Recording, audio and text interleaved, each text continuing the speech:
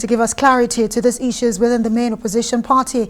We're now being joined by Kola Ologbodiyan. He is the former publicity secretary of the party. Thank you so much for joining us tonight on the program. Thank you very much, Amaka, and congratulations. And I'm sure you know I'm congratulating you. Of course, but let's talk about the PDP. That's the reason why I want air, because it seemed like, you know, the crisis surrounding your presidential candidate, it seemed unending, even though he tweeted a few days ago that he was going to wade into the crisis and we should expect some sort of solution. But one wonders, how soon should we expect this solution, and what sort of solution should we really expect from Atiku Abubakar, really, as it concerns his choice of a running mate? Amaka, you mentioned crisis twice.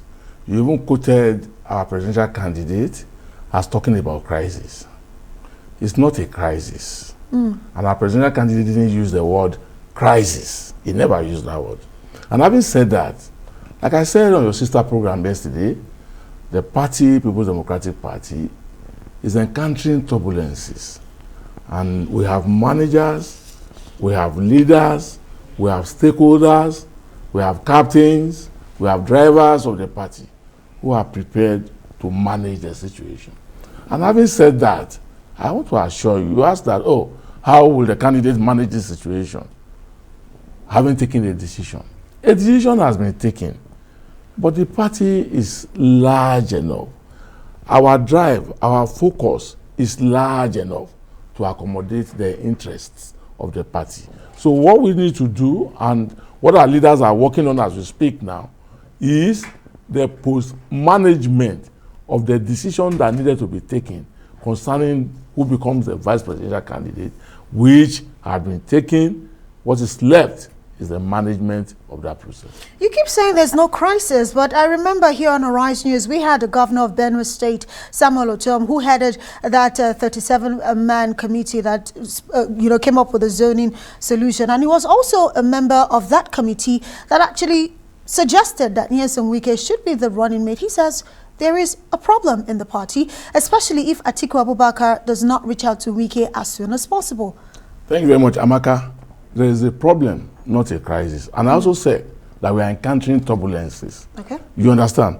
And I can confidently tell you here that the person of the vice president, former vice president, the candidate of the party, Alhaji Atiku Abubakar, he will reach all those that are required to be reached in the process of having a peaceful reconciliation over the situation that are arisen in the party. Right. Okay, so let's talk about Nyesom Wike. He seemed to be the beautiful bride right now, because prior to him leaving to Turkey, he had some visitors looking at opposition party members. Kwankwaso was with him. Peter Obi, who used to be a member of your party, visited him as well. And we're seeing a lot of that happen. But one wonders, how important is Wike to the fortunes of the PDP? We ask this because if you look at what happened back in 2018, when it seemed like he didn't support your presidential candidate, some would say that affected the fortunes of the party in the general elections. Amaka, I don't know where you are coming from with the position that he didn't support the presidential candidate of our party in 2018 and across 2019 elections. He did grant interviews and say that he wasn't happy. He said he was unhappy. And it is possible I could be unhappy as well. And anybody in the particular as well be unhappy. But the bottom line and the end goal, did we achieve success? In the 2018, I can say by understanding and by the knowledge that I have, that Governor Wike contributed immensely to the election of the party in 2019. And he has further contributed. Like other governors too, they make contributions. They also make contributions as available to them. So I agree that Governor Wike is a very, very, very important pillar in the People's Democratic Party, and that is one of our major pillars in the party. And I'm assuring you, and through you assuring Nigerians who are out there, that ahead of the 2023 elections, Governor Wike understands, and he knows it, and he has said it over and over, that the People's Democratic Party must work hard to rescue Nigerians, not just our party, to rescue Nigerians from the stronghold of an inefficient All Progressives Congress as well as its government. And I think that is the drive of all the leaders of our party. Whatever the issues are, around the party, they will be resolved, Amaka. I assure you of that. We're looking forward to it because Nigerians are wondering that for a party in opposition having all sorts of issues like this, one wonders if you're not able to put your house together, how you'll be able to manage the affairs of the nation. Amaka, the People's Democratic Party does not work by conjectures. We work to realities. And I am sitting here and telling you that we have given Nigerians an opportunity to elect a candidate who has been there before, who understands the nuances of our nation, and who can, at the snap of its finger, say that this is the way we did it between 1999 to 2003 and to 2007, and we got results. And who can say, oh, we need to improve on what we did.